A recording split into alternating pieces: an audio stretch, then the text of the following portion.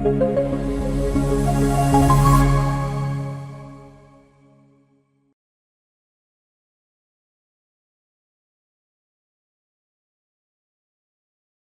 muy buenas noches a todos. Espero que hoy les haya ido muy bien.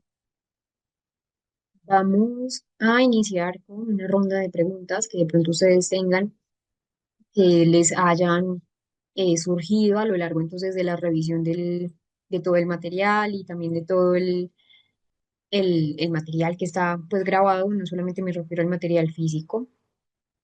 Mientras tanto, entonces, les voy a ir compartiendo nuevamente lo que es la parte de la evaluación,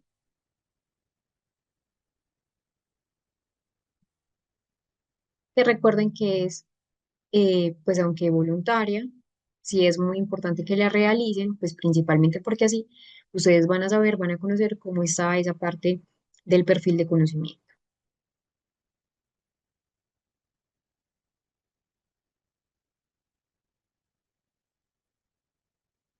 El cuestionario es muy sencillo, es una autoevaluación, ustedes la van a tener entonces a su disposición para que la puedan realizar. Recuerden sí que es muy importante entonces que solamente la puedan hacer una vez en el diligenciamiento, pero que ustedes igual la van a tener allí para que la puedan ir haciendo pues paulatinamente.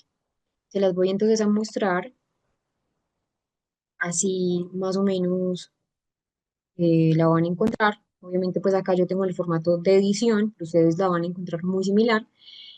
Y recuerden, entonces es un cuestionario que no es calificable, no tiene ninguna repercusión para la obtención del diplomado ni del certificado, pero que sí es muy importante que ustedes puedan entonces saber que realizando el cuestionario pues pueden aprender muchísimo más y también porque ahora al final de la clase vamos a corregir esas preguntas y vamos a dar una pequeña explicación nuevamente.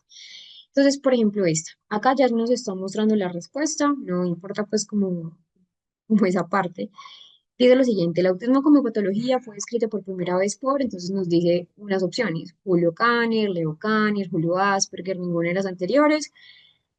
Aunque todos los apellidos son correctos, miren, por ejemplo, que no es Julio, sino Hans Asperger, no es Julio Kanner, sino Leo Kanner, por ejemplo, y ninguno de los anteriores pues no aplica.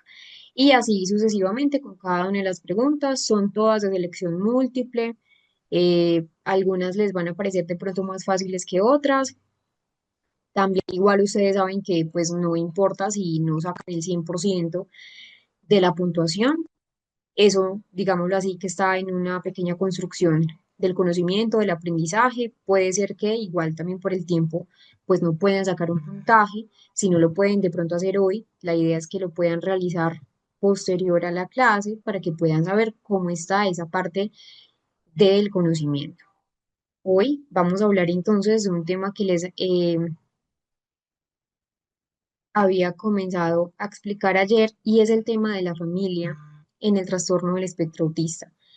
La familia es un tema difícil, la familia es un tema que a veces va a generar controversia, va a generar un impacto de diagnóstico, genera un impacto significativo a nivel familiar, principalmente porque igual cualquier diagnóstico, y no me refiero solamente al trastorno del espectro, cualquier diagnóstico va a generar un impacto, sobre todo el trastorno del espectro autista o sobre todo cualquier trastorno del neurodesarrollo, donde ya hemos mencionado que en los trastornos del neurodesarrollo hay o surgen muchos mitos. Entonces, la idea es siempre involucrar a la persona con autismo, claro está, pero también a esa familia de los pacientes con autismo, quienes son día a día, quienes luchan, son día a día, quienes llevan entonces a los pacientes a terapia, son quienes están todo el tiempo allí, incluso realizando esos ejercicios, o incluso realizando esas dinámicas que los terapeutas enviamos a casa. Recuerden que no es un trabajo 100% a nivel de lo clínico, es un trabajo que requiere entonces pues múltiples personas, múltiples entes trabajando conjuntamente. Entonces la familia del trastorno del espectro es fundamental tenerla en cuenta. Recuerden que mientras tanto, eh, bueno, por acá Joana nos dice una pregunta, yo las voy a ir recopilando para que ahorita entonces podamos darle una solución a cada una de las preguntas. Recuerden, no importa si ya de pronto son preguntas que que se realizaron. La idea es que ustedes entonces puedan hacer sus preguntas, me puedan dar cuáles son sus inquietudes para que no se vayan del diplomado sin ese conocimiento.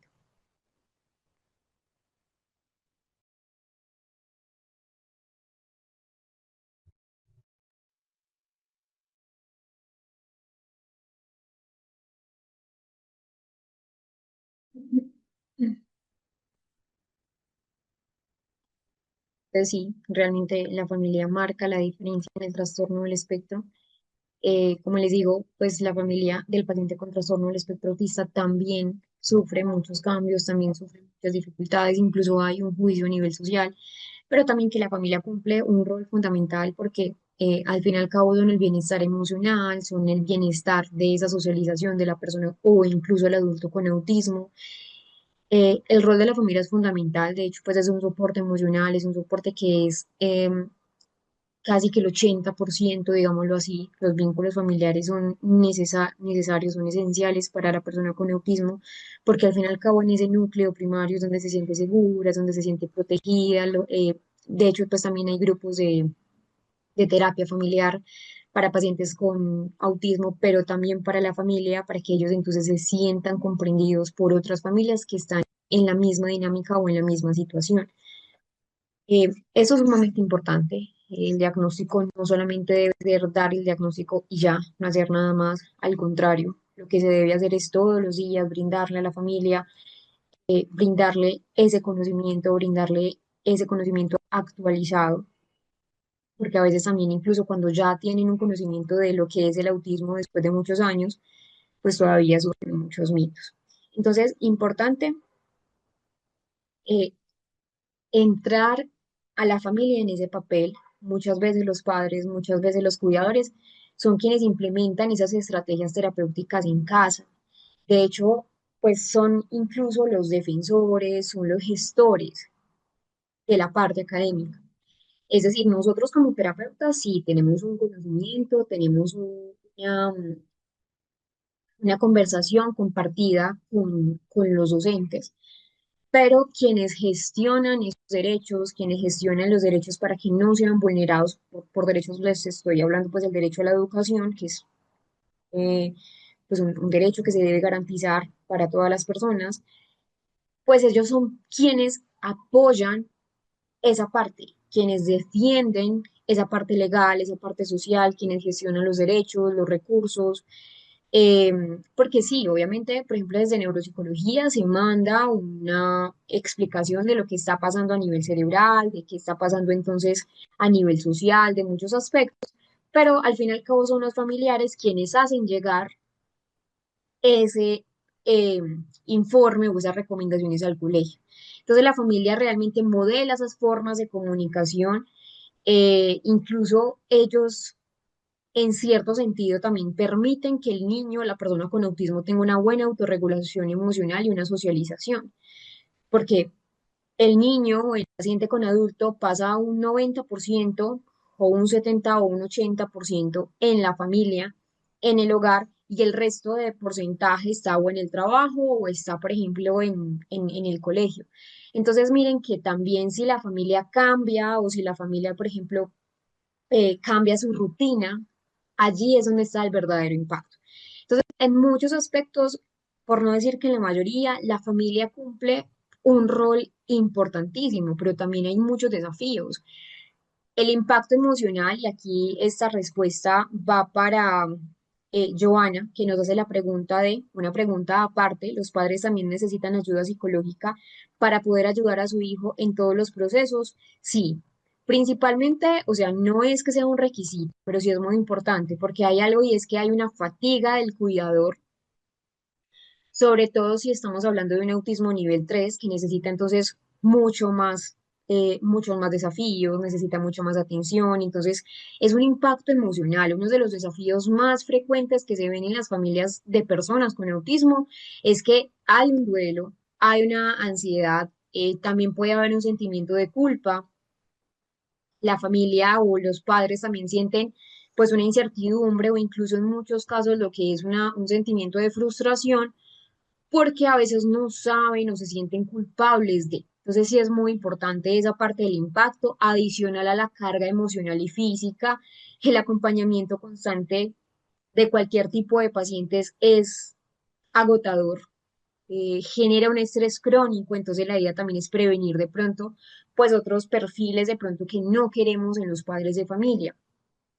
Adicional a esto, en muchas dinámicas familiares, no en todas, pero sí en muchas dinámicas familiares, nos hemos encontrado que los padres de familia o en general pues todo el núcleo familiar suelen retirarse del entorno social por esa incomprensión del mismo entorno. Entonces, por ejemplo, por el comportamiento que tenga el paciente. Entonces, muchas veces dejan de ir al supermercado o muchas veces dejan de ir a un centro comercial, principalmente porque, pues, de pronto el paciente, obviamente, por el tema del ruido, por el tema de la muchedumbre, se va a agobiar, entonces la familia también se aísla y hay un desajuste familiar, es decir, surgen muchos conflictos, incluso conyugales o entre hermanos empiezan a haber riñas, porque entonces puede ser que uno de los hermanos sienta que le están prestando más atención al paciente con autismo, pero realmente no es que le estén prestando más atención o no es que lo quieran más. Entonces, miren que hay muchos aspectos que de pronto no se hablan tanto y que son sumamente importantes. Adicional a esto, las dificultades económicas que surgen, el costo de las terapias cuando de pronto no están dentro de los beneficios de salud. Esto, pues igual, nuevamente reitero, depende mucho de los países, no en todos los países el proceso de pronto lo autoriza el Sistema Nacional de Salud. Acá en Colombia se trata de hacer, pero hay mucha cantidad de pacientes, en otros países me imagino que también hay dificultades, pero entonces muchos pacientes, como las citas médicas se demoran 3 meses, 4 meses, 5, 6 meses, las familias lo que hacen es optar por algo particular. Entonces pagan a un particular, que sería un fonoaudiólogo, un neuropsicólogo, un psicólogo, un psiquiatra, un neuropediatra, un terapeuta ocupacional, y esto va sumando y eso obviamente pues va lastimando la economía de la familia. Entonces, miren que son muchos aspectos que a veces no se hablan en el trastorno del espectro. Entonces, importante entender que representan una carga económica importante y por eso es tan necesario también apoyar esa parte desde la educación de las familias. Hay muchas necesidades de la familia, entonces la idea es que como terapeutas o como educadores podamos realizar también, pues, primero una psicoeducación por eso, porque hay un desequilibrio, afecta todo ese equilibrio desde el inicio del diagnóstico hasta casi el final del proceso. Entonces, entender muy bien nosotros qué es el autismo, cómo se manifiesta el autismo, qué se espera del desarrollo a futuro. Muchas familias vienen con falsas expectativas y hay que ser muy claros, muy claros. Nada en la parte médica ni en la parte psicológica es lineal y eso lo sabemos. Es decir, no es una ciencia exacta. No es que A más B da igual a C, no. Hay casos de casos, pero que sí es muy importante pues empezar a mirar qué está basado en la ciencia, qué son las probabilidades, porque muchas veces, y me ha tocado muchos casos de familias que de pronto tienen un paciente que tiene un autismo grado 3 sumado a un X frágil, sumado a una discapacidad intelectual, y de pronto las familias pretenden que la persona esté en un nivel de desarrollo típico. Y sabemos que igual el X frágil es una de las causas de discapacidad intelectual pues heredadas principales. Entonces, importante sí ser muy coherentes con lo que se le da a la familia, igual siempre el apoyo psicológico, tanto individual como familiar, gestionar emociones, el estrés, adaptarnos también al diagnóstico puede ser importante para ellos y dar también como esas pautas o esas buenas prácticas para el fortalecimiento familiar que puedan entonces expresar sus dudas, que puedan tener también rutinas saludables por el tema que yo les digo que a veces se aíslan también ellos mismos del entorno y no es saludable.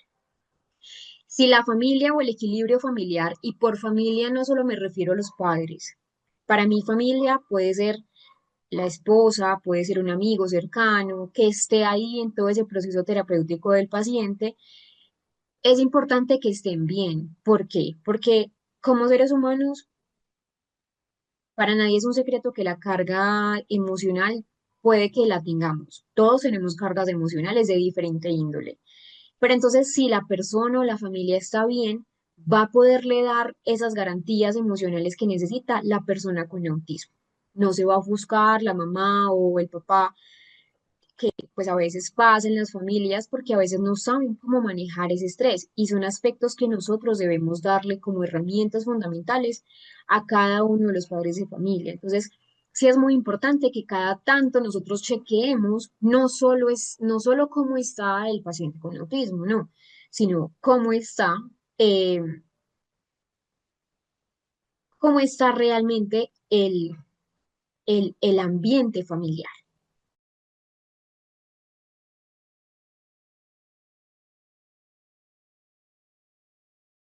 Recording in progress.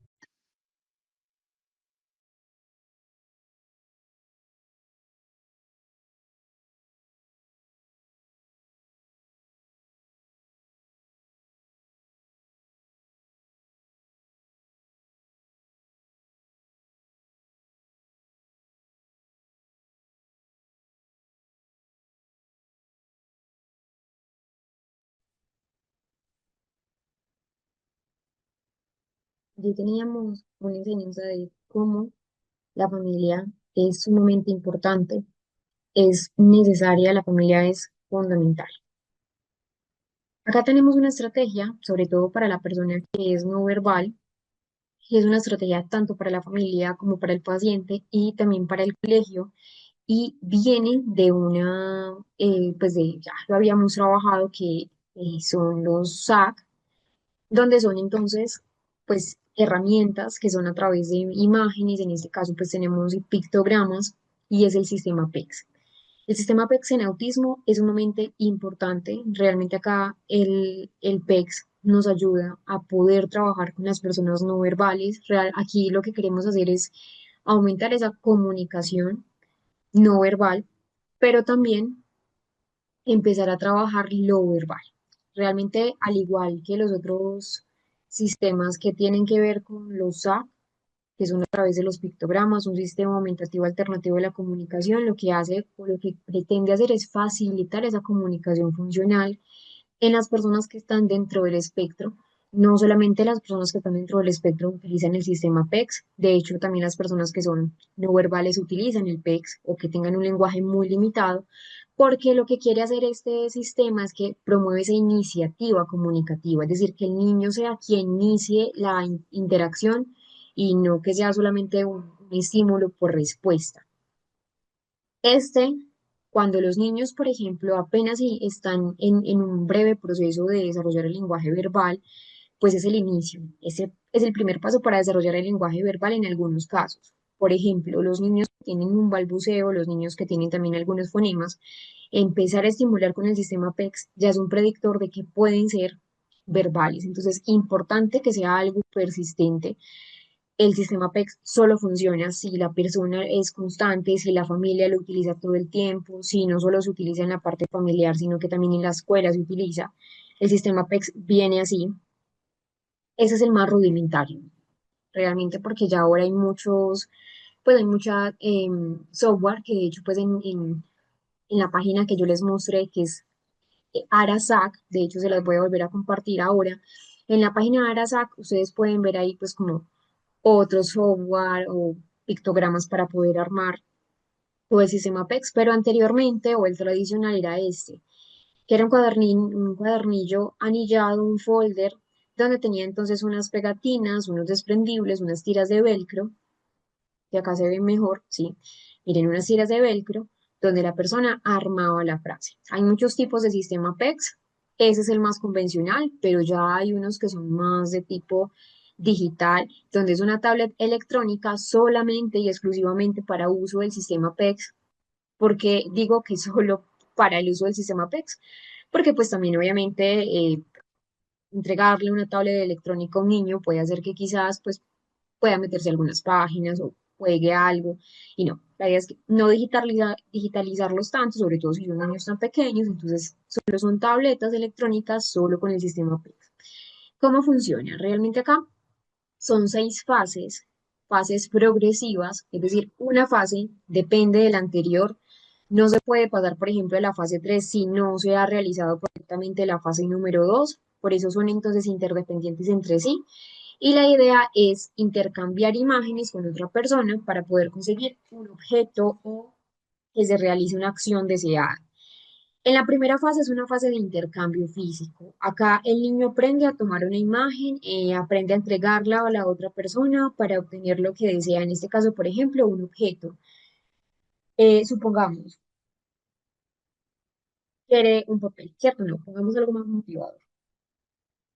Quiere un juguete, ¿cierto? Entonces lo que hace el niño es, o lo que se hace en esta parte es que se le enseña a entender el concepto de comunicación funcional. Siempre debe ser un objeto motivador. Entonces, un objeto que en este caso, por ejemplo, tenemos un petito.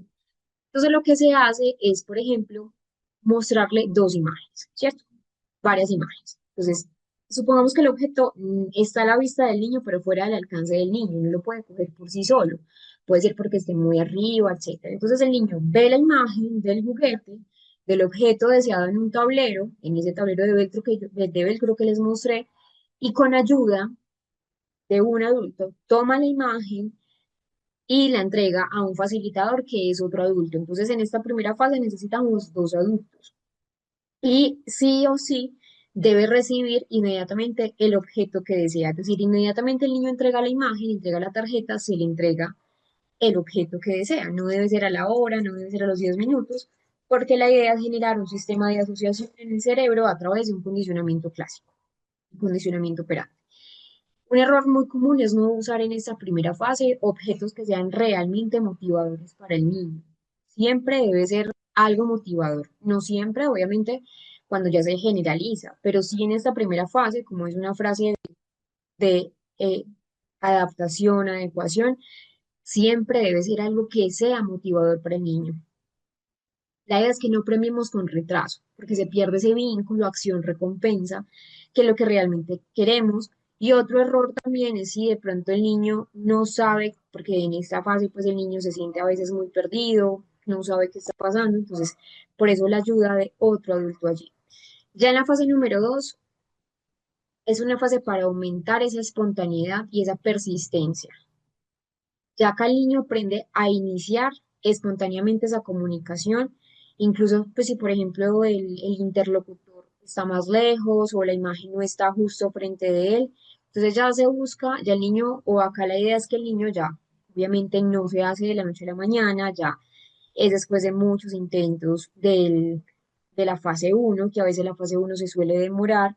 Ya en la segunda fase es cuando el niño busca ese comunicador, el comunicador es el tablero PEX y ya el niño pues se desplaza por toda la casa o se desplaza por toda pues la habitación en donde está para alcanzar el interlocutor. Y es el interlocutor quien le entrega entonces nuevamente el objeto que desea. Es muy importante acá que se aumente esa distancia entre el niño y el adulto. ¿Para qué se aumenta? Para que pues obviamente ya el niño empiece a tener, obviamente, pues una parte sistemática para mejorar esa precisión. En la fase 4 es una frase eh, bueno, me falté pues, la 3. Acá en la 3 es una discriminación de imágenes. Ya el niño escoge entre dos imágenes, supongamos, tiene la imagen de un juguete y tiene la imagen de, no sé, de un libro. Entonces, el niño entre esas dos imágenes mira lo que desea. Entonces, ya acá la idea es que se evite el uso mecánico o al azar de la elección de las imágenes. Siempre se deben colocar dos imágenes frente al niño. Una que es motivadora, que es el objeto que queremos o el objeto que el niño desea, y otra que sea neutra o que no sea pues deseada ni del agrado del niño. Entonces, solo cuando el niño entrega la correcta, solamente ahí recibe el objeto deseado. Se hacen varios ejercicios sistemáticos, esto no, como les digo, no es de la noche a la mañana, es a veces difícil. La idea es que no se desista. ¿Cuál es uno de los fracasos más grandes del sistema PEX? Que muchas veces cuesta a la primera. nadie lo va a hacer a la primera, entonces sí es de mucha persistencia, donde a veces familiares o, bueno, incluso en el colegio a veces se frustran y dicen, no, no funciona, no, no es el mejor sistema para mi niño y desisten. Es un sistema que a veces puede tardar para que sea usado correctamente, pero que funciona cuando ya se hace bien. Ya en la cuarta fase, ya es una fase de estructuración de la oración, de una frase. Entonces ya el niño solamente, no solamente es que va a entregar, por ejemplo, una imagen, no, sino que ya aprende a construir oraciones, ya aprende a utilizar el quiero, más la imagen que desea, ya aprende a utilizar, por ejemplo, entonces el concepto de una frase comunicativa, usar un símbolo para dar más información. Acá siempre debe estar una asociación de la palabra quiero sumada al objeto que desea, supongamos que en este caso un juguete. Entonces el niño coge el pictograma, luego el pictograma, pues el pictograma de la palabra quiero, luego el pictograma del objeto que quiere, luego coloca ambos en la oración y luego entrega la tira completa al adulto. Entonces, importante siempre que sea, pues, una estructura completa, que no solamente sea el pictograma. Ya luego de la oración, llegamos a una fase 5. Como les digo, acá, pues es una etapa de persistencia también, no se hace de la noche a la mañana, luego ya llegamos a la fase número 5 que son peticiones de respuesta, donde ya los usuarios aprenden a usar el text para responder a preguntas de un interlocutor, por ejemplo, ¿qué quieres? ¿Qué necesitas? Ya el niño aprende a responder con el sistema PEX o esas preguntas directas. Cuando va aumentando en el lenguaje oral, porque recuerden que a medida que se va usando el sistema PEX, la idea es que también se estimule ese lenguaje oral. Incluso acá el niño puede responder verbalmente con el sistema, utilizando esa ayuda pues como una herramienta muleta. Y acá ya se le enseña al niño a comprender qué quiere. Es decir, que el niño, pues que el niño, pues y que también la respuesta implica tomar una iniciativa comunicativa en una forma de respuestas. Entonces es un proceso. El adulto hace la pregunta, por ejemplo, ¿qué quieres? Ya el niño debe buscar la imagen de lo que quiera, entonces ya arma la frase de quiero más el objeto y la entrega. Y ya tenemos una fase número 6 que son comentarios espontáneos a múltiples respuestas. Es decir, ya el niño comenta, habla sobre cosas más allá de solo lo que desea de pronto obtener. Entonces ya utiliza frases como yo veo, yo escucho, yo tengo, yo quiero, yo sé. Fomentar esa comunicación social, no solo una comunicación funcional. Cuando me refiero a una comunicación funcional, es solo decir quiero jugo. No, eso es funcional, de algo que le funcione al niño, no, sino que la idea es que sea una comunicación social. Como les digo, es un sistema que no se da de la noche a la mañana, es una construcción de pictogramas propios de la misma situación en la que el niño está. Esos son algunos ejemplos, pero pues hay muchísimos ejemplos para poder trabajar con el sistema PEX. Sí, y es muy importante que siempre se trabaje, ese sistema es muy importante que se trabaje con un terapeuta del lenguaje para que pueda entonces funcionar realmente.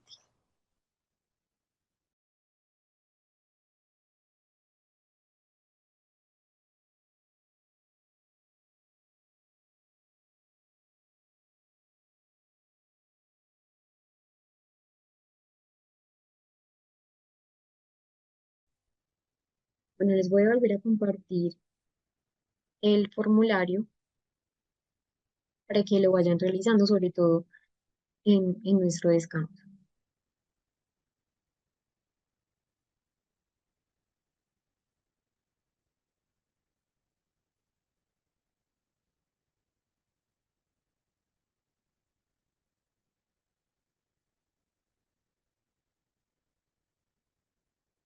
Bueno, por acá tengo una pregunta. Em, Hola, si un maestro pide maestra sombra para un niño con autismo, ¿está bien o es discriminado?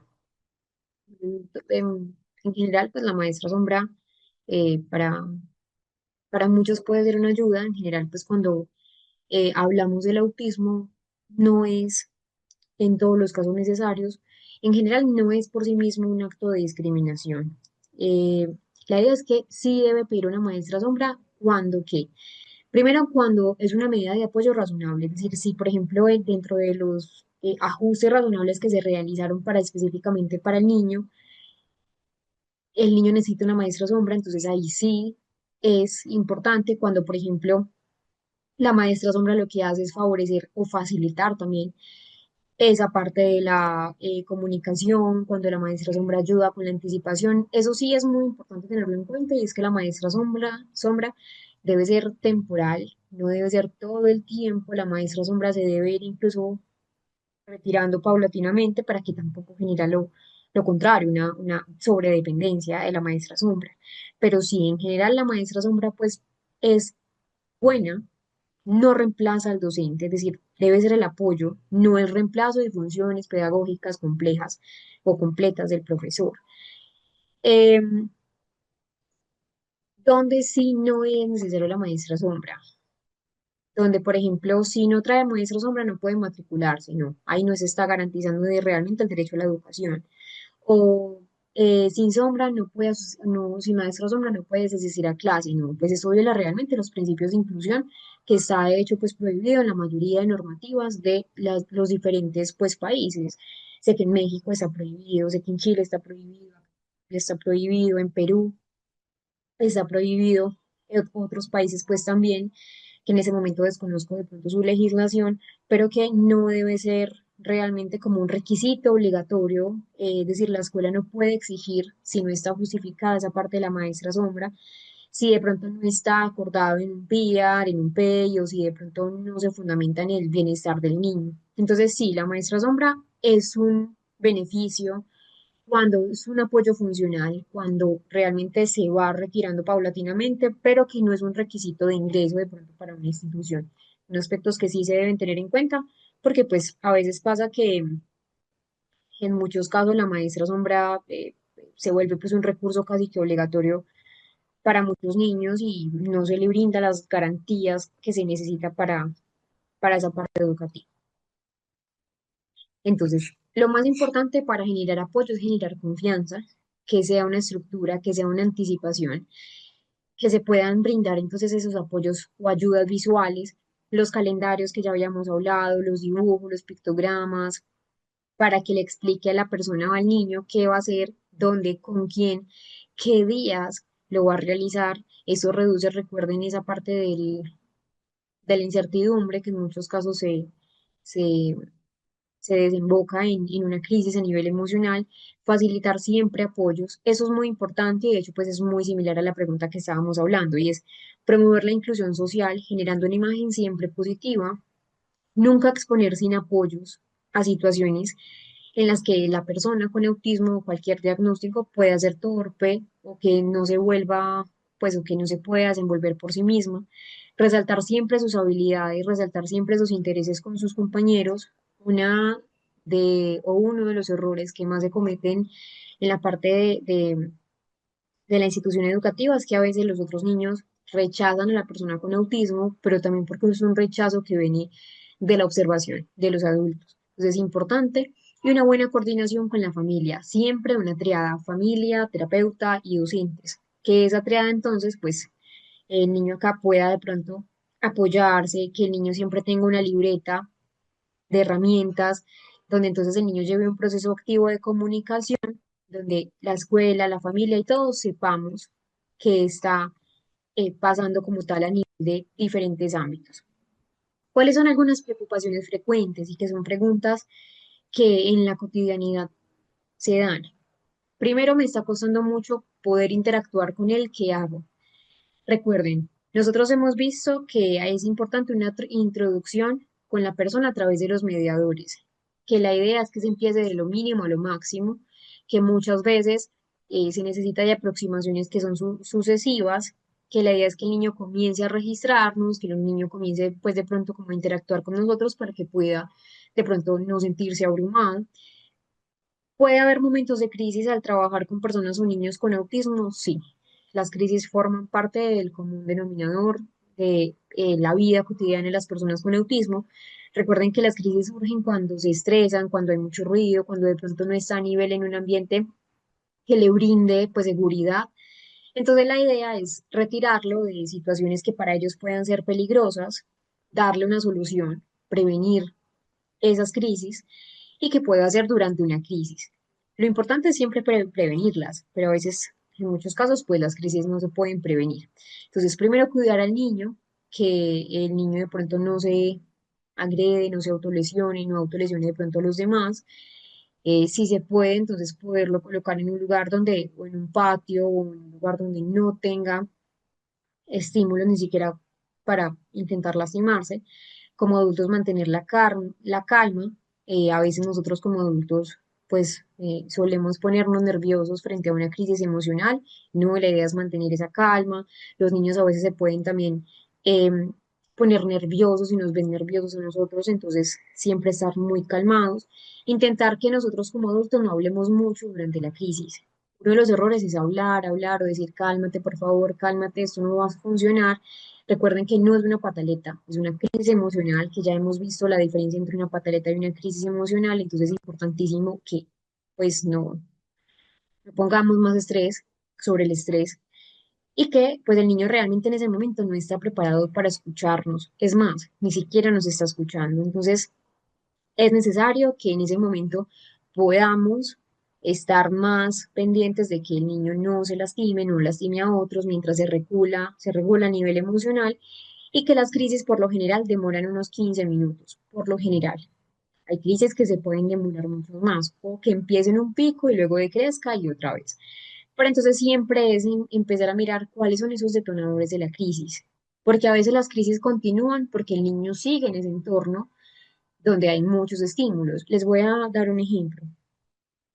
En una ocasión, en un grupo terapéutico, teníamos a un paciente con autismo. Él era un niño de 7 años que ya pues, hace rato había sido diagnosticado, tenía muy buenas herramientas, tenía muy buenos padres, bueno, pero resulta que en el grupo de terapia no solamente habían personas con autismo, también habían personas con trastornos del neurodesarrollo, entonces habían personas con TDAH, bueno, habían muchas personas, pero resulta que había otro niño dentro del grupo que tenía pues una edad muy similar del paciente que les digo en cuestión, que tenía una corneta, pues que creo que esto cambia pues como de país a país, pero una corneta es como una bubucela, de las que utilizan en los mundiales o en los partidos de fútbol.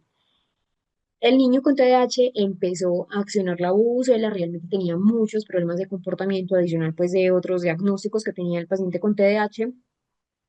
Entonces el niño con autismo empezó a entrar en crisis.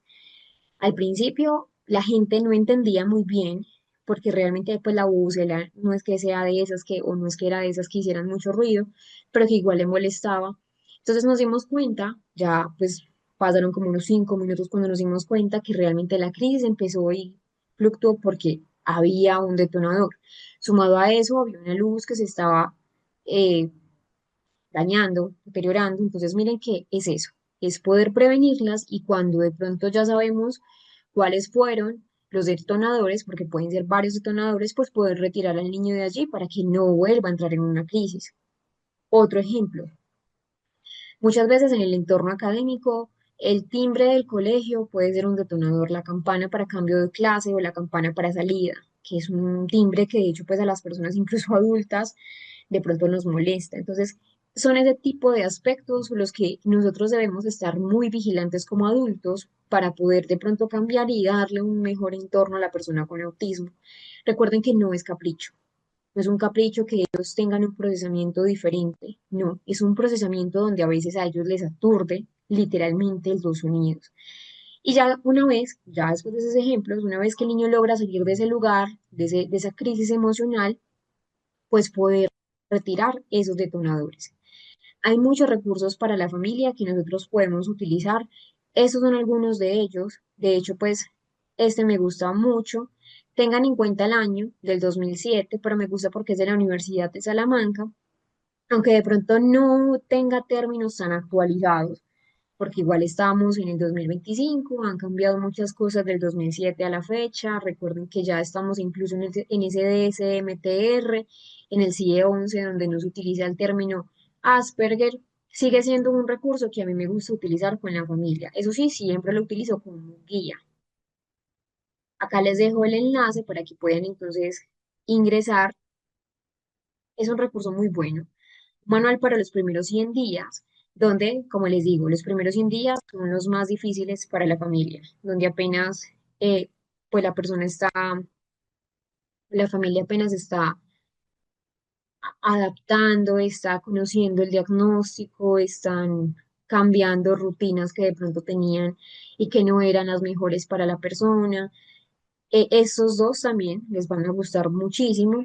Ese es un cortometraje, se llama Mi hermanito de la luna. Es un cortometraje muy breve, dura 6 minutos, pero no aporta una explicación para los hermanos de pacientes con autismo, que yo les mencionaba que a veces ellos no comprenden muy bien el por qué su papá, el por qué su mamá, pues le presta de pronto más atención a su hermano y no tanto a él. De hecho, los hermanos de pacientes con autismo a veces sufren también a nivel emocional porque no saben qué está pasando, no saben por qué, como les digo, su hermano de pronto es diferente a otras personas, sobre todo si estamos hablando de hermanitos menores y que el mayor tenga trastorno del espectro autista. Entonces, importante tener en cuenta que la familia de trastorno del espectro autista es fundamental, siempre.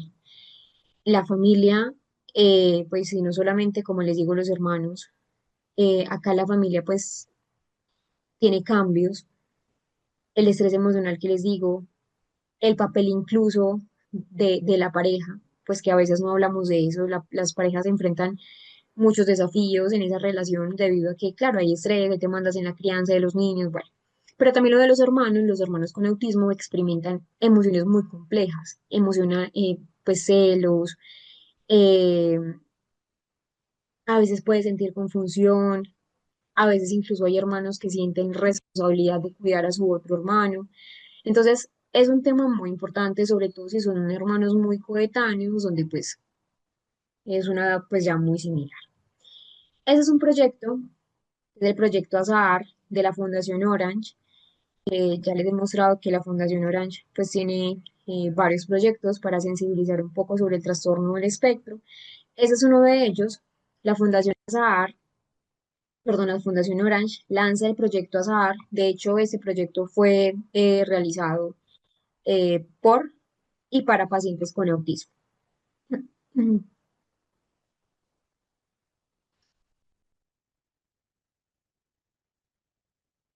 Acá tenemos entonces 10 aplicativos móviles. Por móviles, pues me refiero que también incluso en las tablets electrónicas pueden utilizarlo. Entonces acá, en este proyecto Azahar, realmente acá, pues igual la Fundación Orange la pueden visitar. La verdad es que me ha servido mucho en la parte clínica. Eh, Realmente esa parte tecnológica, los videos me han servido mucho también para los pacientes y sus familias, los pueden encontrar también allí, pues en el material de estudio. Entonces, cuando hablo de la fundación, pues del proyecto ASAAR, es una herramienta o más bien un aplicativo móvil que empieza o que se empezó a diseñar para mejorar esa calidad de vida y sobre todo la autonomía de las personas con trastorno del espectro. Recuerden que nosotros hablamos lo que son las funciones ejecutivas, que esas funciones ejecutivas nos dan al fin y al cabo pues herramientas para poder ser funcionales en la vida cotidiana. Todo el tiempo estamos planificando, todo el tiempo estamos organizando, todo el tiempo estamos flexibilizando nuestra conducta. Entonces acá en la Fundación pues Azahar eh, facilita esa comunicación, facilita esa planificación diaria de las personas. Es una herramienta que es completamente personalizable, es completamente gratuita, entonces está pensada principalmente para apoyar, pero en las actividades de la vida cotidiana.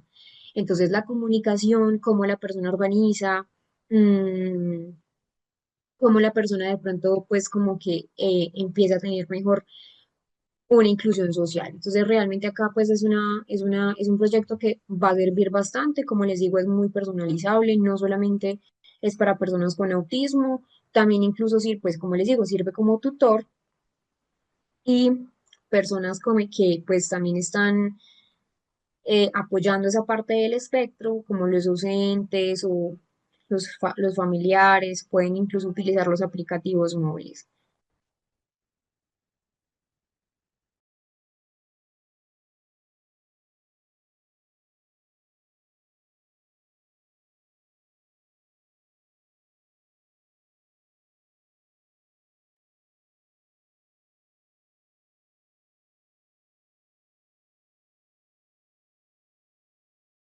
Bueno, vamos entonces a ir a nuestro descanso. Como es nuestra última clase, vamos muy bien de tiempo, para que vayan entonces realizando este cuestionario que yo les mandé, que está aquí en el chat de Zoom. Hoy el proceso es un poco más corto para que entonces podamos irnos pues un poco más largo y que podamos aprovechar toda la temática y nos veremos entonces dentro de...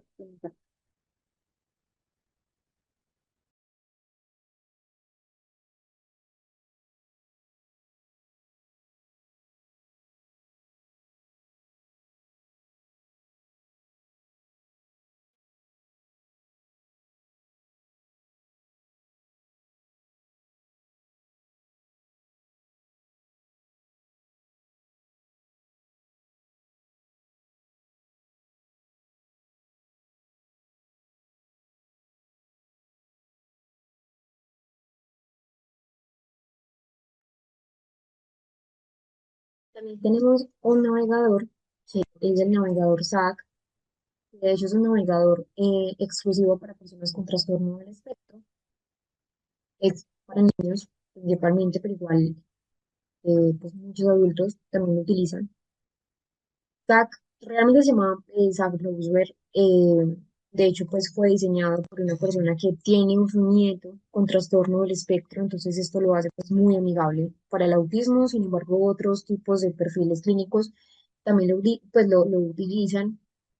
La idea principal de lo que se quería trabajar con el navegador SAC era limitar de pronto tantas ventanas, tantas barras que a veces pueden ser muy complejas. Es una interfaz de hecho que tiene unos iconos muy grandes, pues tiene iconos muy llamativos, tiene pictogramas, tiene imágenes que hace pues obviamente mucho más fluido esa parte de la interacción con el mundo del Internet.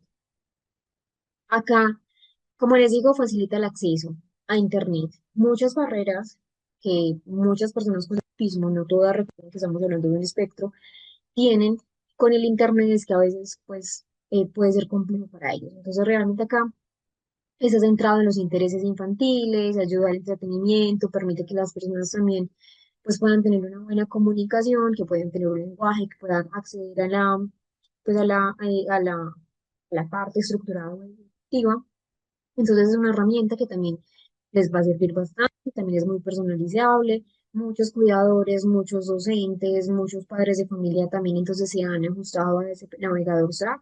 Es completamente gratuito, es para personas con autismo, pero que recuerden otros perfiles clínicos también. Y ese es un blog de Miguel Gallardo, que es un autor de un cómic. El cómic se llama María y yo.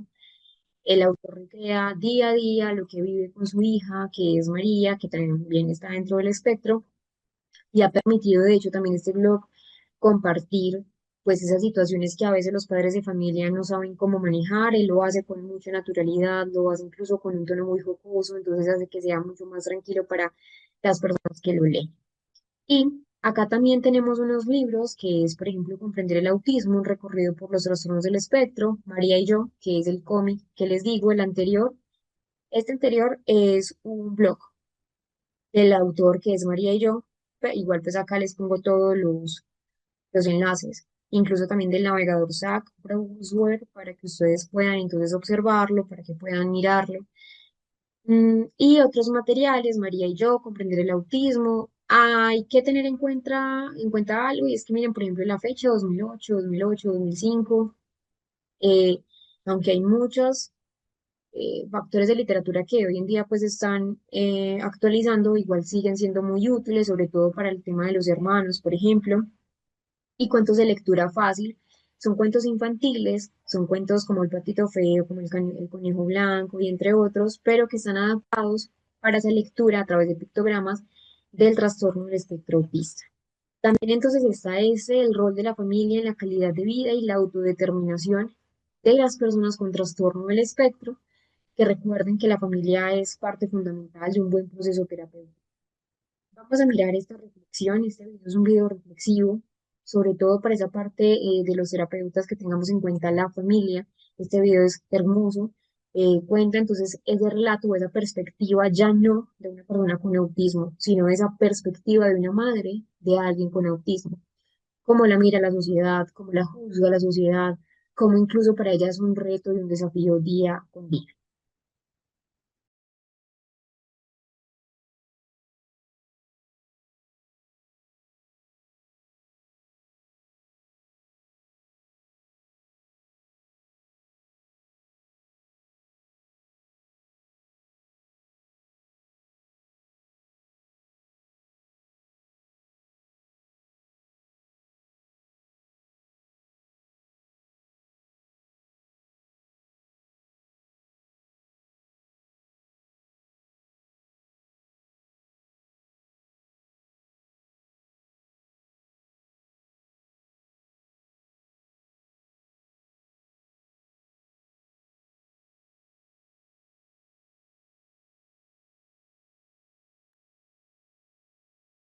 Vamos a hablar de los modelos que son más utilizados en lo que es la intervención del trastorno del espectro autista. Es muy importante entender que como pues es un diagnóstico tan amplio, los aspectos a tener en cuenta en la intervención son igual de amplios.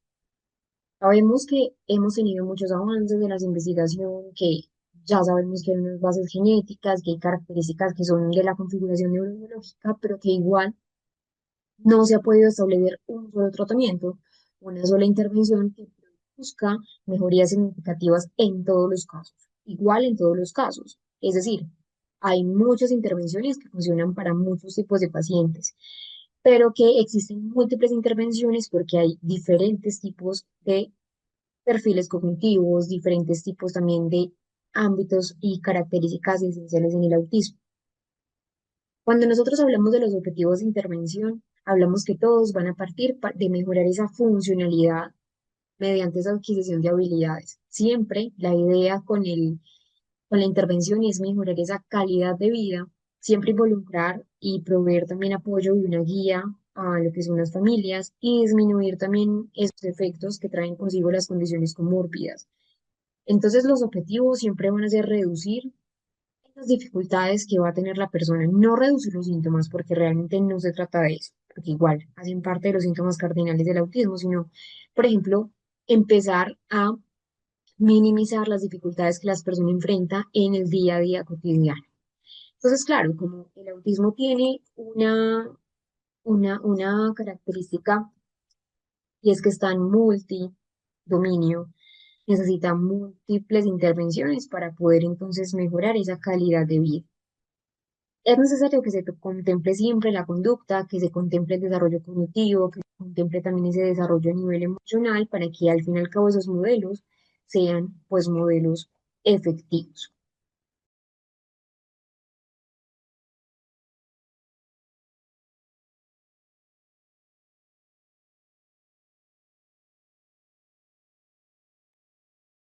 El primer modelo que nosotros vamos a ver es el modelo Teach. Es un modelo que tiene, que de hecho pues está basado en lo que es una comunicación aumentativa alternativa. Es un modelo más de tipo educativo, se utiliza también en esa parte terapéutica. Cuando hablamos del modelo Teach, eh, viene de la Universidad de Carolina del Norte en Estados Unidos, donde el enfoque pues realmente aquí se utiliza mucho en educación dentro de personas, pues o con personas con trastorno del espectro. No es un método de castigo, no es un método de normalización, al contrario, sino que se busca que la persona con autismo, que tiene todas sus capacidades dentro del espectro, pueda tener pues un buen refinamiento de sus potencialidades. Entonces la idea es que la estructura, y ustedes lo están viendo también en la imagen, la estructura permite y pues el entorno se adapta para que la persona con autismo entienda, pueda anticipar, pueda participar de manera independiente también. De hecho, tiene pues varios principios que ya se los voy a explicar. Miren que acá hay algo importante y es que tiene una instrucción y una formación que se adapta a cada diferencia cognitiva desde personas que tienen discapacidad intelectual asociada al trastorno del espectro autista hasta personas que tienen altas capacidades. El modelo Teach busca entonces esa parte, autonomía basada también en las capacidades. De hecho, pues es un programa que se sustenta en las diferentes o en los diferentes perfiles a nivel cognitivo que son propias del trastorno del espectro. Acá la idea es que, pues, algo importante es que el sistema Teach siempre tiene un sistema estructurado, pero desde las claves visuales. utiliza de hecho y el programa más conocido en el sistema Teach es el método PEX o el programa PEX que nosotros vimos entonces antes del descanso, que es muy importante tener en cuenta ese sistema, porque igual la clave o las dificultades que muchas personas con autismo enfrentan es principalmente porque no saben cómo comunicar sus dificultades, porque no saben cómo expresar sus emociones y el único método, el único vehículo que a veces se encuentran es el método físico o la parte de la irritabilidad. Entonces es muy importante que con el sistema PEX puedan reducirse esas conductas que son inadecuadas que muestran los niños con autismo, que pues al fin y al cabo, como les digo, pues se derivan de esa imposibilidad de expresarse mediante la palabra. Y esto reduce entonces también pues esa parte de las dificultades. ¿Cuáles son algunos puntos centrales o ejes centrales? Entonces se basan en el aprendizaje cognitivo social, cómo piensan, cómo sienten, cómo experimentan el mundo las personas con autismo. Se debe partir de las características de cada niño, se debe partir de sus intereses, de sus habilidades, de sus necesidades. Siempre se realiza las actividades de forma visual. Es decir, siempre tenemos un sistema PEX o un sistema SAC, que es el método de aumentativo alternativo de la comunicación, comprender el contexto, favorecer también estas situaciones a nivel comunicativo.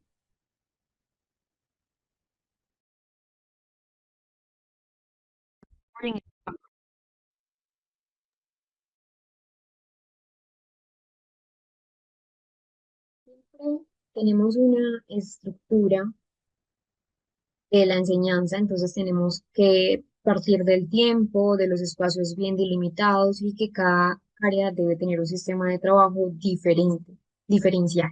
Entonces siempre partimos de una enseñanza estructurada, es decir, el corazón del modelo o el punto focal del modelo es que todo está organizado. ¿Para qué? Para facilitar el aprendizaje, para facilitar todo ese montón de distractores que en un aula tradicional estén.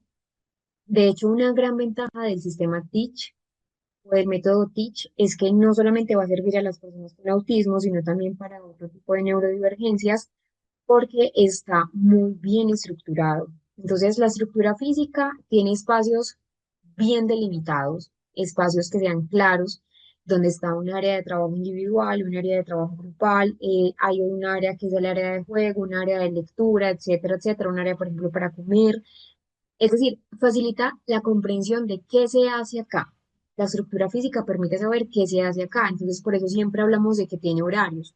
El tiempo es importante, los horarios y las rutinas, porque está entonces con una secuencia de pasos que son visibles, como los pictogramas, las fotos, las palabras, que anticipan qué se va a hacer en la actividad, qué se va a hacer en el día a día.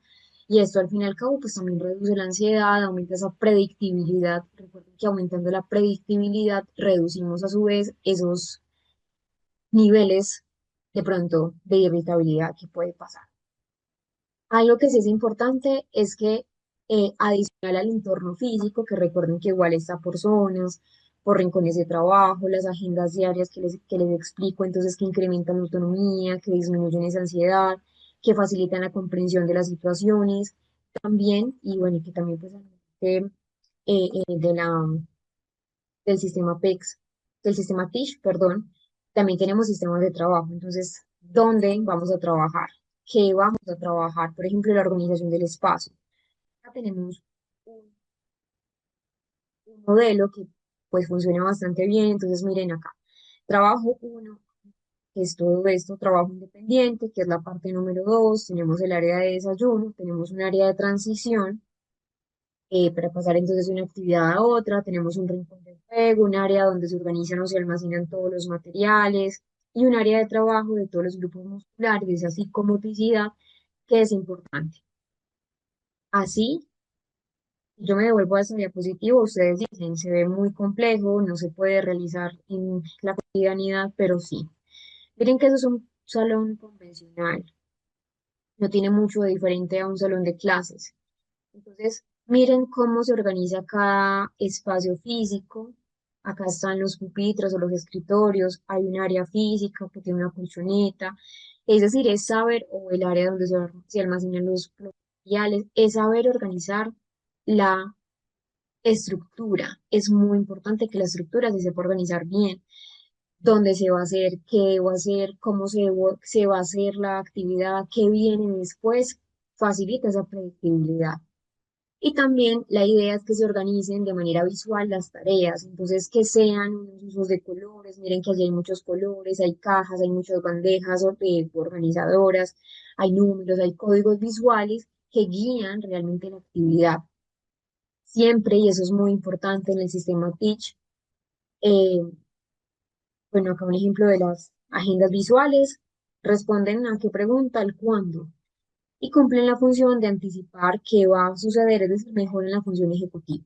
Este es un ejemplo de qué hacer. Entonces, en dónde voy a estar, qué actividad voy a realizar y cuándo. Entonces, por ejemplo, por la mañana yo desayuno, yo me visto, yo tiendo mi cama y voy al zoológico. Entonces, eso ya sabe, pues el niño ya sabe, la persona ya sabe qué es lo que va a hacer.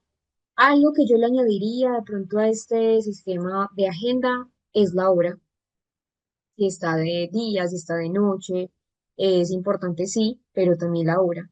Entonces, si a las 7 de la mañana se levanta, un ejemplo, entonces ya a las 8 se está vistiendo, etcétera, etcétera. Este es una agenda escrita, ya de pronto para niños un poco más grandes, y esa es a nivel visual. Es la misma agenda, pues en la misma dinámica, solo que una tiene muchos más gráficos. Y esa es una agenda del día con pictogramas. Entonces, el lunes por la tarde voy a natación. Después meriendo galletas y leche. Voy a casa y miro la televisión. Una agenda semanal y una agenda mensual, que son también fundamentales tener en cuenta. Y las cajas sensoriales Stitch, que también son fundamentales. Miren acá, entonces, como en el sistema de trabajo, lo que les mencionaba, tienen muchos colores, muchas texturas. Acá hay, por ejemplo, un adulto trabajando con el sistema Teach. No es solamente para personas, pues, menores, ¿no? Y los adultos también se benefician de esto.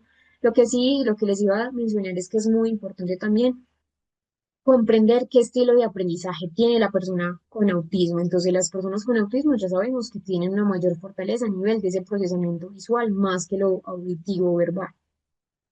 Y uno de los puntos fuertes con el sistema Teach es que aprovecha toda esa fortaleza visual para aumentar esa independencia y la comprensión. Miren allí que todo es a nivel visual, todo tiene muchos colores.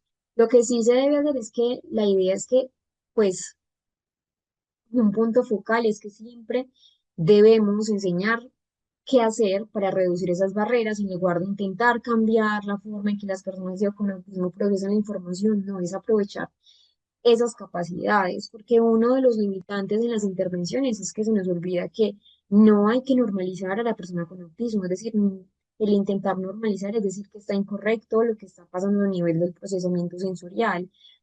Y a eso llegan muchas investigaciones, a saber que es que no hay una forma correcta de interpretar el universo, no hay una forma correcta de interpretar el mundo, sino que hay múltiples formas, entre ellas están las del procesamiento sensorial del autismo, y que de hecho esta investigación con el sistema Teach ha demostrado cómo muchas personas con autismo tienen incluso grandes potencialidades que resultan en una buena independencia. Entonces, es importante pues que cada enseñanza deba ser a nivel visual. Mirar siempre el nivel cognitivo, cómo es el estilo comunicativo, es decir, si es verbal o no es verbal, cuáles son los intereses, si hay o no un perfil sensorial y la edad de cada persona. Importante es que pues siempre debemos hacer una evaluación basada en las fortalezas y en las necesidades del programa. Es decir, siempre debemos mirar y que sea adaptado al nivel comunicativo, y siempre debe estar presente esa modalidad también a un nivel visual. El diseño y el ambiente físico, es decir, es organizar el aula o la casa, porque de hecho pues el sistema Teach también se utiliza en el hogar. ¿Para qué? Para que puedan disminuir esos distractores, dar una mayor claridad al espacio. Siempre las rutinas visuales son esenciales a través de los pictogramas, y es un trabajo entonces que trae muchos beneficios. Primero, pues porque reduce la ansiedad, ¿cierto? Se reducen también esos estímulos innecesarios que a veces en un aula de clase tenemos y que ni siquiera nos damos cuenta que están. Fomenta y vuelve las rutinas más predecibles, y mejora también esas capacidades incluso académicas. Entonces es importante entender que pues el sistema Teach tiene muchísimos beneficios, incluso aumenta su autonomía para trabajar con las personas dentro del estudio.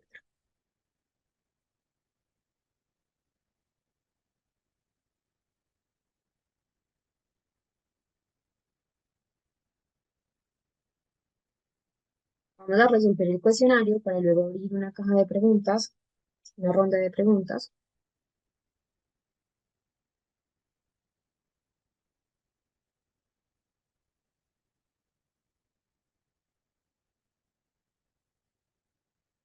Entonces tenemos la primera pregunta. El autismo como patología fue descrito por primera vez por esta que lo habíamos visto al inicio de la clase. Recuerden que fue Leo Kanner, que los otros apellidos sí están correctos, pero que el nombre no. Vamos con la segunda. El interés que se ha generado para descubrir la causa del autismo tiene dos corrientes principales, que son la corriente sociocognitiva y la corriente neurocognitiva, que son esas dos corrientes que pues, que nosotros trabajamos al principio, que dentro de la corriente sociocognitiva está teoría de la mente, dentro de la neurocognitiva está como función ejecutiva, teoría de la coherencia central debilitada, neuronas espejo. Describe el autismo como un déficit cognitivo básico que cursa con la incapacidad para atribuir a otros ciertos estados mentales, como son los deseos, los pensamientos y las intenciones. Esta definición pertenece a lo que es la teoría de la mente,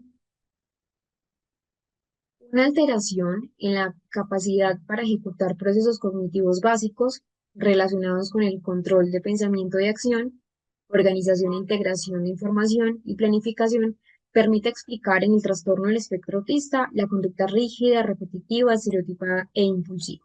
Era la respuesta correcta. Esa teoría intenta explicar el déficit en la organización, en la planificación, inhibición de respuesta, la dificultad en el autismo, de aprender de estrategias de resolución de problemas y abstracción, es decir, la flexibilidad cognitiva, tiene que ver con la teoría de la disfunción ejecutiva. El surco temporal superior, el polo temporal, que tiene que ver con la comprensión del lenguaje, y la unión temporoparietal, son regiones cerebrales que se activan cuando, recuerden que esta es una pregunta muy neuroanatómica que la vimos cuando estábamos viendo teoría de la mente. Entonces, siempre se van a activar cuando generamos una relación vínculo social. Proceso dinámico de interacción entre el niño y el ambiente, donde se obtiene o donde de eso se obtiene la maduración del sistema nervioso y funciones cerebrales, esta definición corresponde a ninguna de las anteriores. Es decir, todos esos conceptos como lo que es la neurogénesis, el periodo crítico, el periodo sensible y la neuroplasticidad hacen parte de un concepto mucho más macro, que es el concepto de neurodesarrollo, lo que hace alusión a esta definición, proceso dinámico de interacción entre el niño y el ambiente.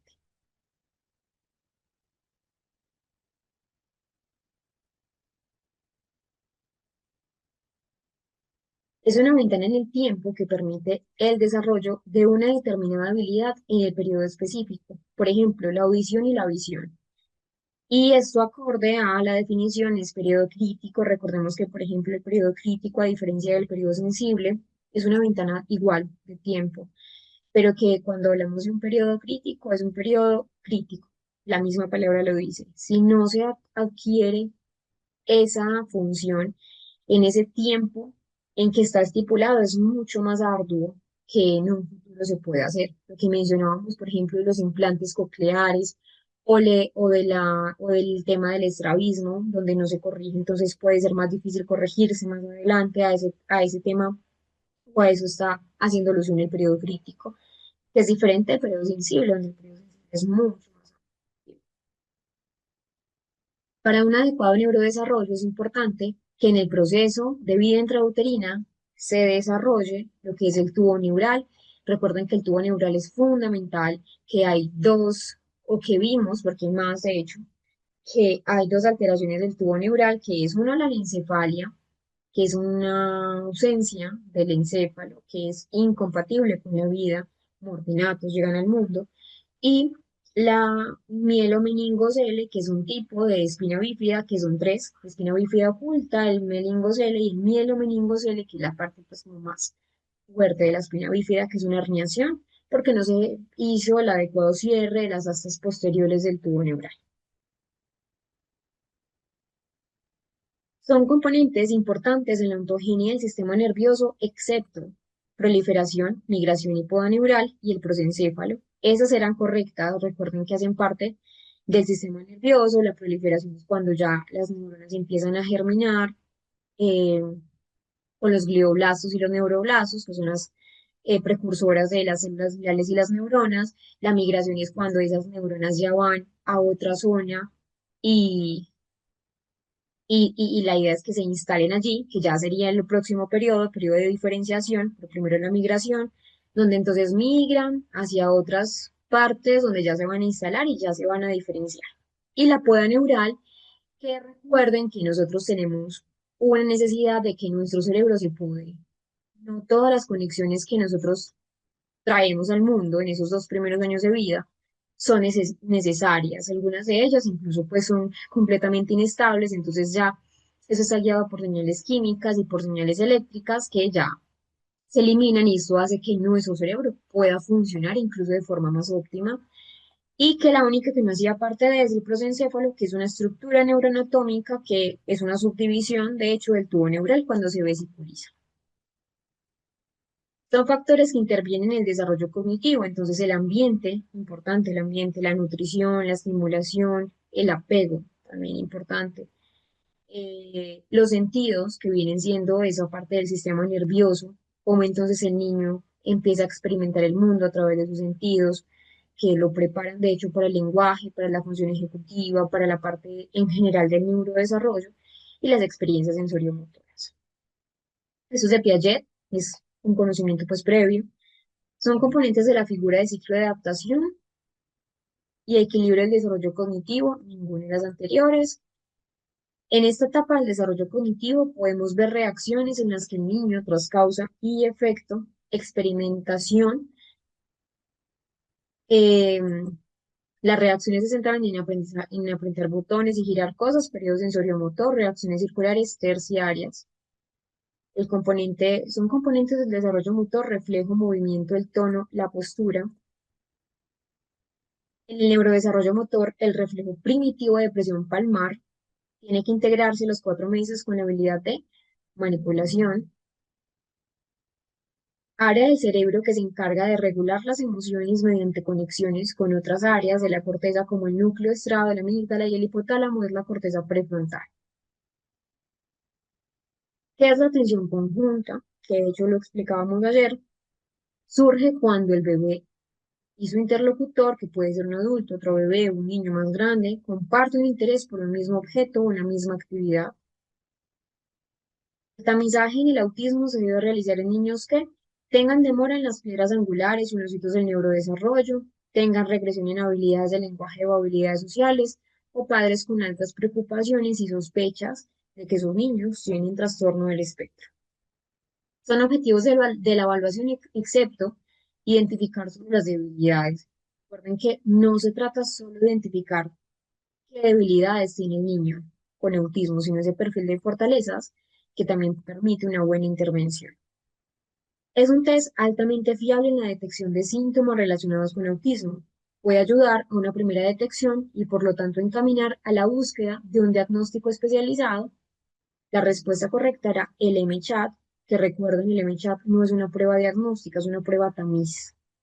Son objetivos de intervención excepto realizar un diagnóstico de autismo, porque pues ya tener un diagnóstico para qué queremos realmente, pues volver a diagnosticar. Ya sí se hace, y que también lo mencionábamos ayer, les voy a volver a compartir este formulario para los que no lo tienen. Lo que mencionábamos ayer era principalmente que sí, se puede volver a repetir la prueba de autismo, sobre todo pues como para mirar si la persona de pronto ha mejorado en cuanto a ciertas pues, habilidades y también eh, ha cambiado de grado. Recuerden que pues los grados no son estáticos, que pueden variar según el tipo de intervención. Vamos a abrir entonces el chat para resolver algunas inquietudes que ustedes tengan. Ya les voy a compartir allí el formulario, pero veo que más personas se han conectado. Entonces se los voy a compartir nuevamente acá. Es el mismo, no tienen que resolver dos. Listo.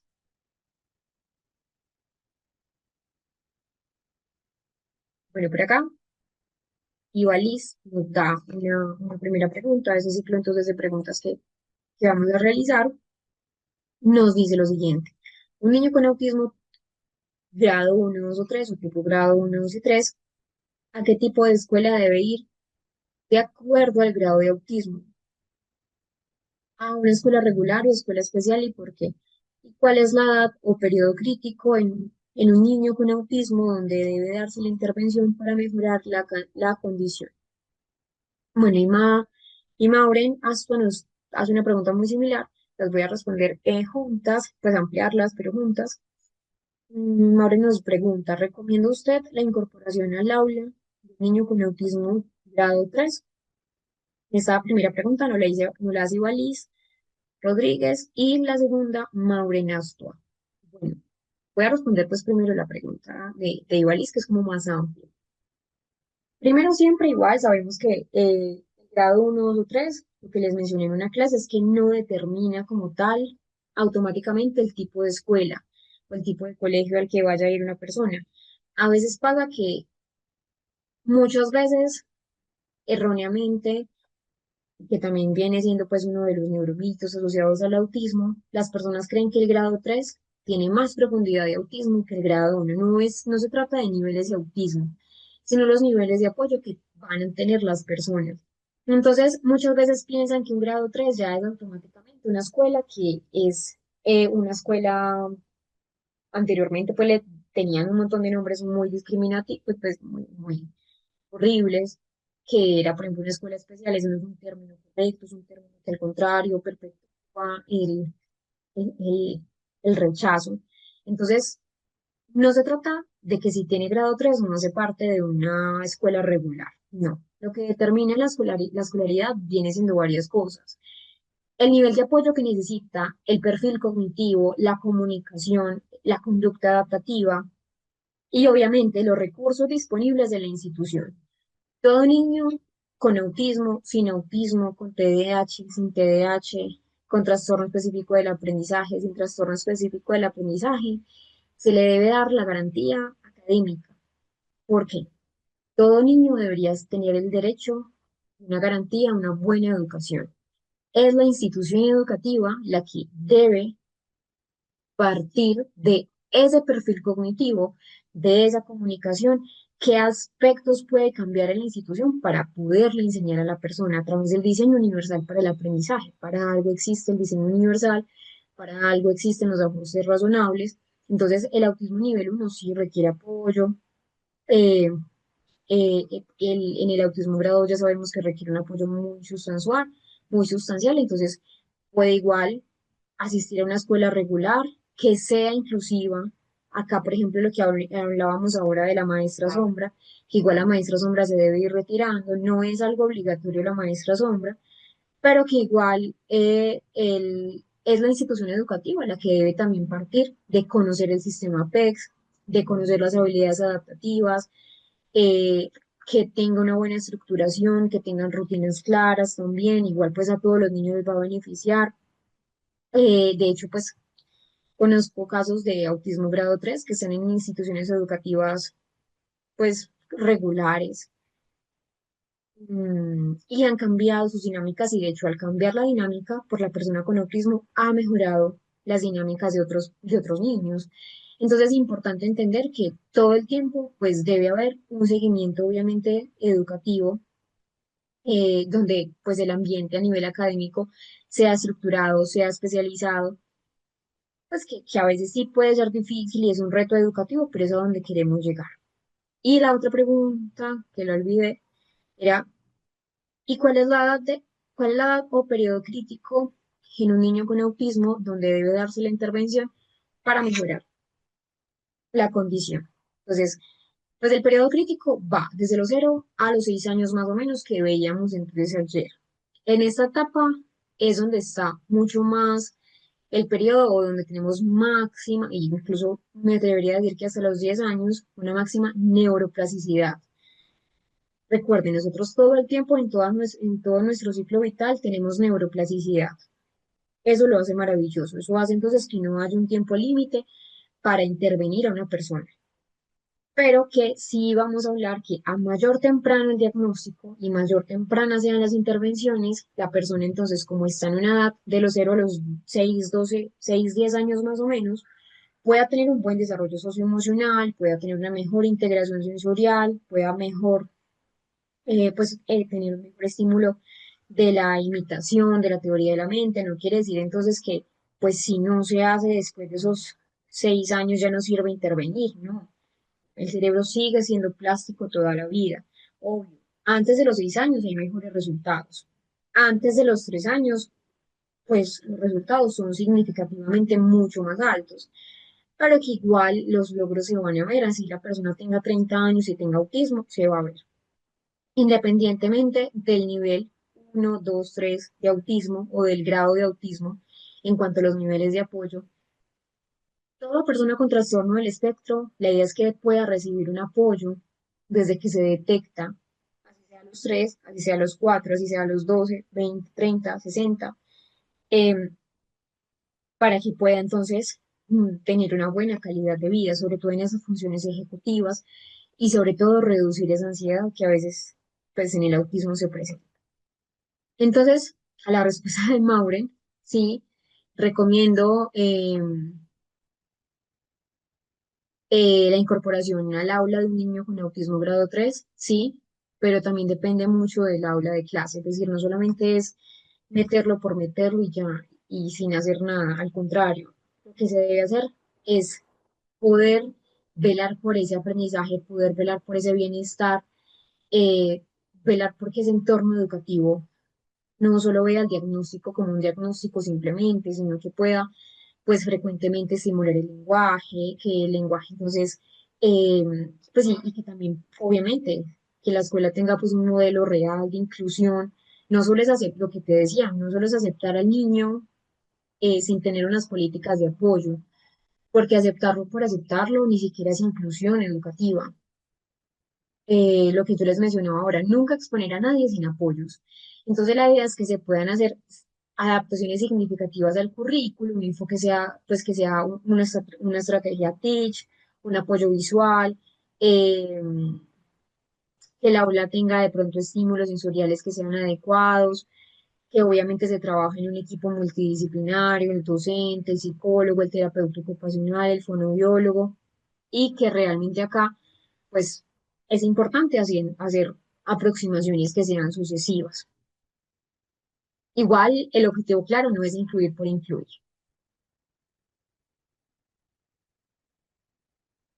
Hola Eva, sí, los materiales todos los tienen ahí para que ustedes lo puedan imprimir, los libros, los pictogramas también.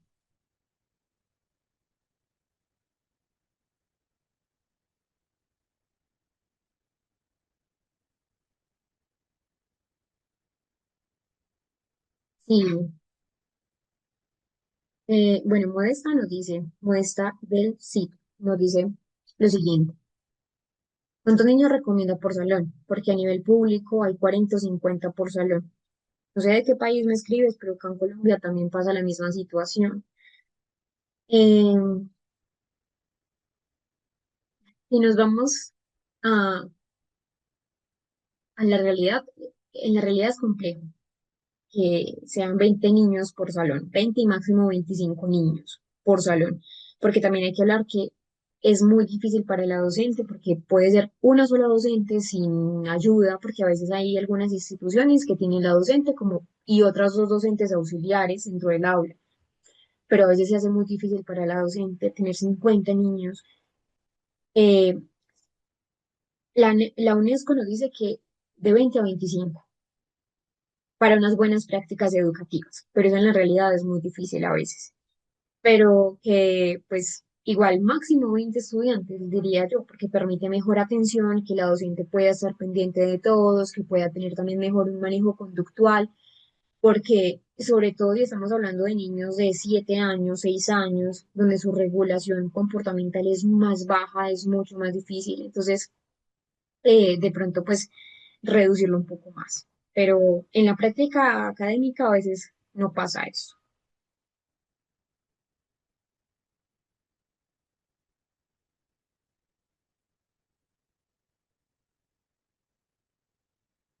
Bueno, Francesca nos dice, mi hijo fue diagnosticado con TDAH, siempre tuvo terapias y estuvo con psicóloga, psiquiatra, neuropediatra. Ahora tiene 17 años y le diagnosticaron autismo. Tiene grandes problemas de discalculia. Igual es seguir estimulando, nunca para la estimulación, eso es muy importante, ni en un TDAH, ni en un TEA, ni en un trastorno específico del aprendizaje.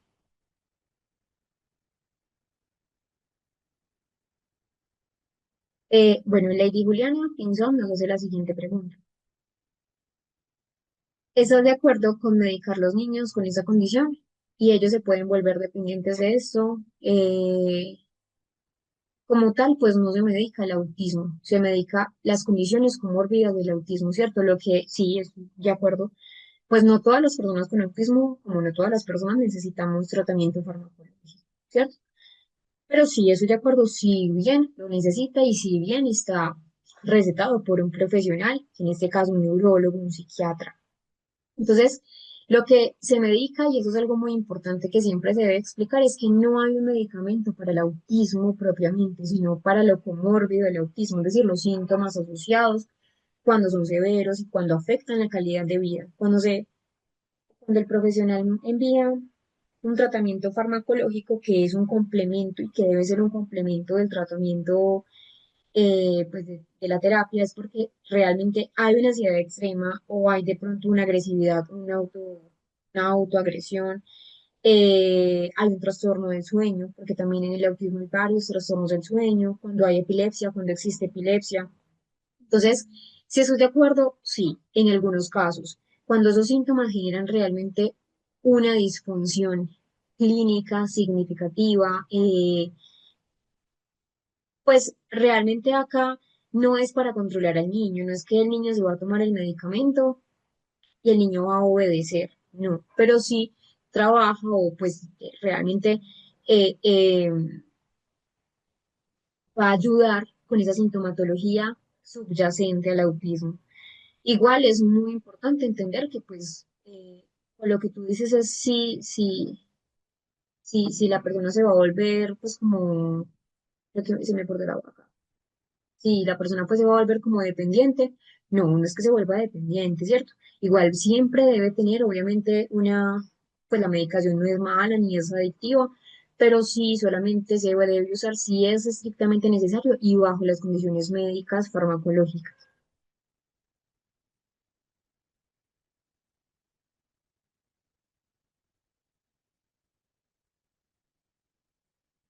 Gracias, Marisabel, muchas gracias.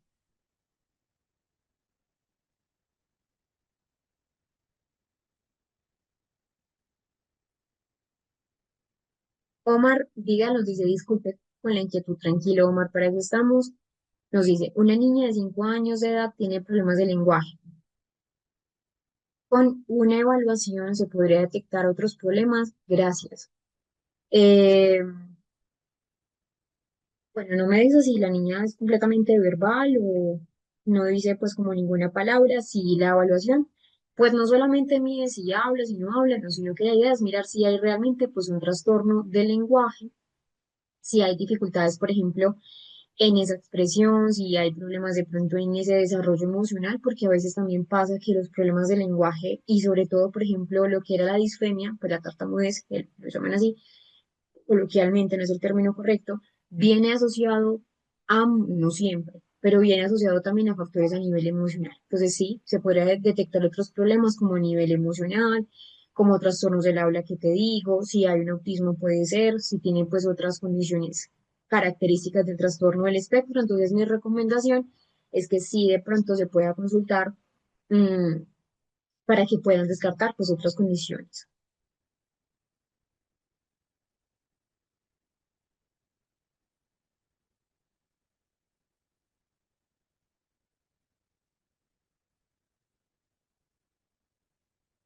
Yo soy maestra sombra de un niño, esta pregunta.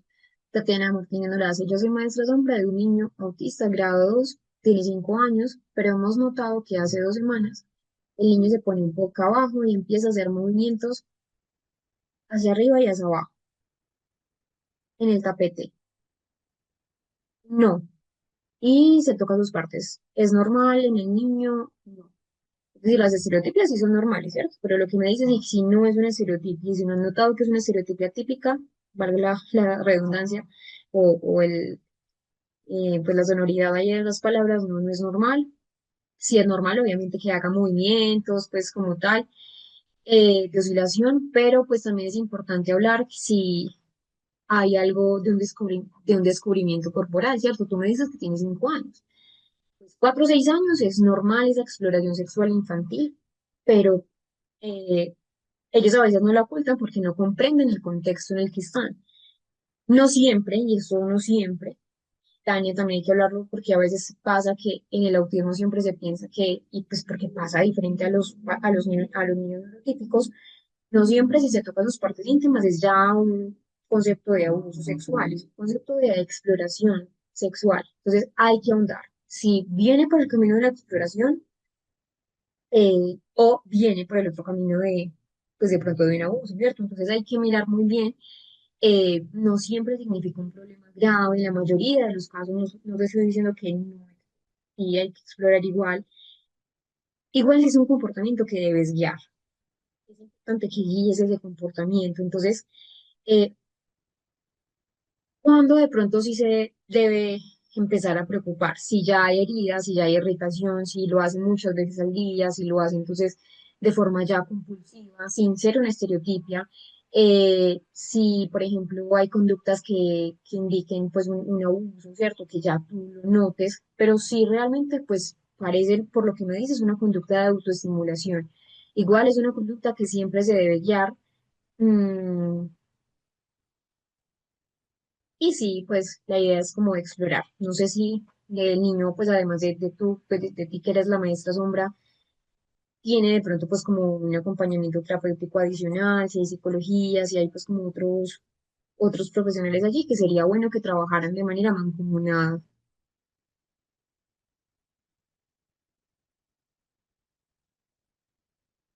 Bueno, esa es otra pregunta. ¿No la hacen?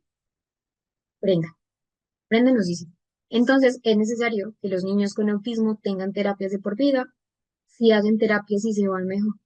Si hacen terapia y se ve mejoría, luego la dejan, pueden retroceder nuevamente. No, no necesariamente. El autismo como tal, pues sabemos que igual es permanente porque el nivel neurobiológico está, pero la idea es que las terapias pues puedan ayudar a que el niño vaya soltando esas terapias y vaya adquiriendo, y ese es el éxito terapéutico. Una terapia no está funcionando si el niño va y va y va y pasa 6 años, 7 años, 9 años, 12 años y no muestra mejoría. Ese es un indicador claro de que la terapia no funciona.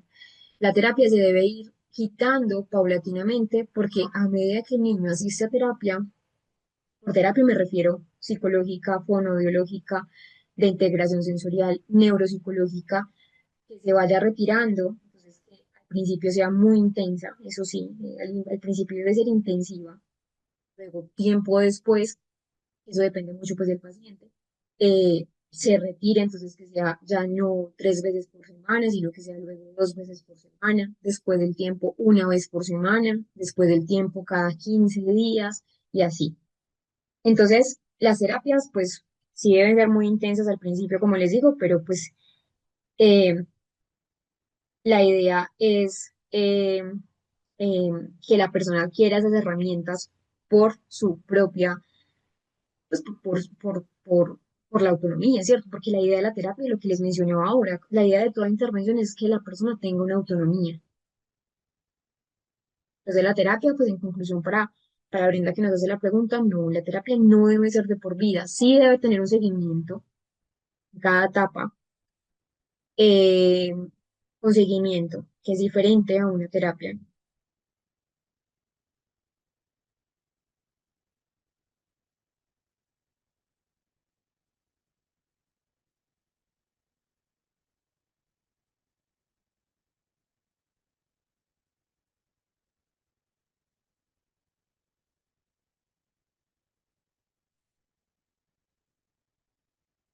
Bueno, Marcela, mi consejo es que trabajes mucho con la mamá.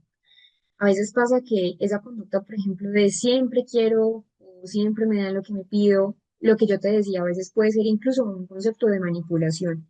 El hecho de que tenga autismo no quiere o no excluye el hecho de que pueda tener una conducta manipuladora, pues manipulativa.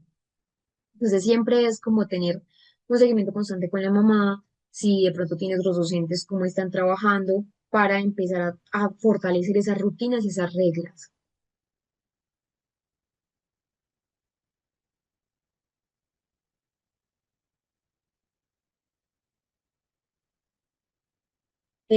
Y Valice Rodríguez nos hace una pregunta. Nos dice lo siguiente. Yo, el- la pregunta.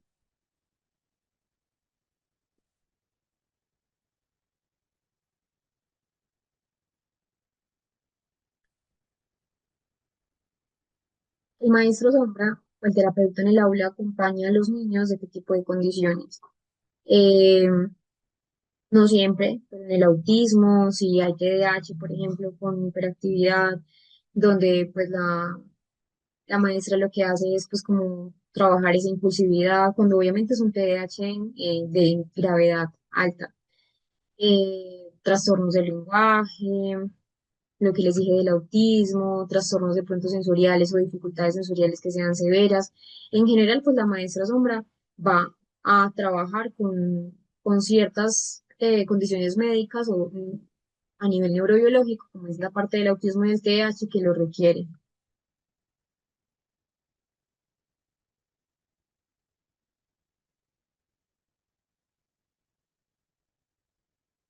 Bueno, por acá veo una pregunta, espero yo la leo que a veces son muy largas.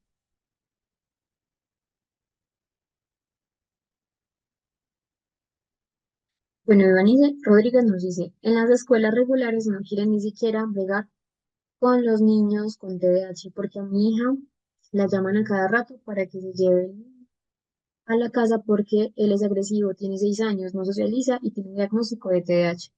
Ahora lo están evaluando por fuera para autismo y ella está desesperada, perdón, buscando soluciones y programas. Y la psicóloga de la escuela en años no ha evaluado al niño y eso es en Florida, Estados Unidos. Es muy triste, Iván, es lo que me dices. No solamente pasa en Estados Unidos, pasa pues en todo el mundo, creo yo. A veces esa inclusión educativa es difícil hacerlo, es muy difícil.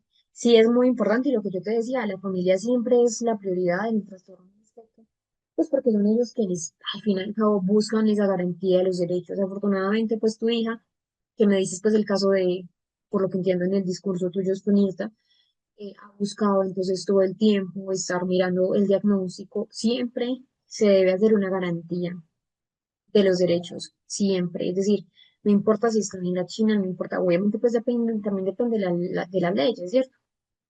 Eh, te puedes ir bien en Latinoamérica, pero de pronto en Estados Unidos no sé cómo funciona y más que de estado a estado como que cambia.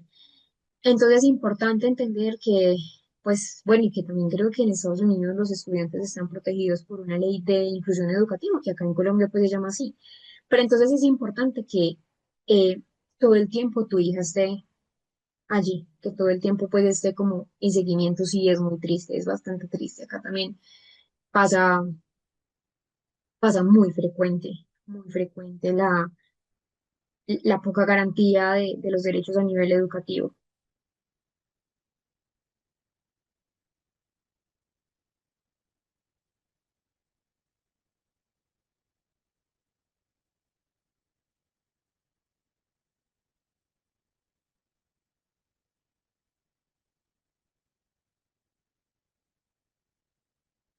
Bueno. Vamos entonces a culminar acá el diplomado. Muchísimas gracias a todos por la atención, por la dinámica también de las preguntas. Eh, recuerden que siempre pueden ver las clases grabadas. El autismo es un diagnóstico que van a ver que siempre va a cambiar en esa investigación. De hecho, pueden buscar esa parte que estábamos hablando ayer de la microbiota intestinal, que es muy interesante, de hecho, porque todavía no han habido conclusiones diagnósticas, pero que sí ese eje intestino-cerebro y esa dinámica de cómo se relacionan ciertos neurotransmisores, igual altera también el procesamiento. Siempre es muy importante el tema de una buena inclusión, no solamente a nivel educativo, sino a nivel clínico. Y quiero terminar también con una frase que yo les dije al principio, que no lo voy a decir de memoria, pero era como, domine todas las técnicas, sepa todas las teorías, pero que al tocar a un alma humana sea apenas otra alma humana. No estamos trabajando con los diagnósticos, estamos trabajando con las personas que tienen el diagnóstico. Eso es muy importante tenerlo en cuenta. Les espero y les auguro muchos éxitos en su vida laboral y en su vida también académica con esos conocimientos y en su vida familiar, porque sé que acá también hay mucha eh, familia con trastorno del espectro. Espero que estén muy bien y espero verlos pronto en otro nuevo diplomado. Chao. Nos vemos.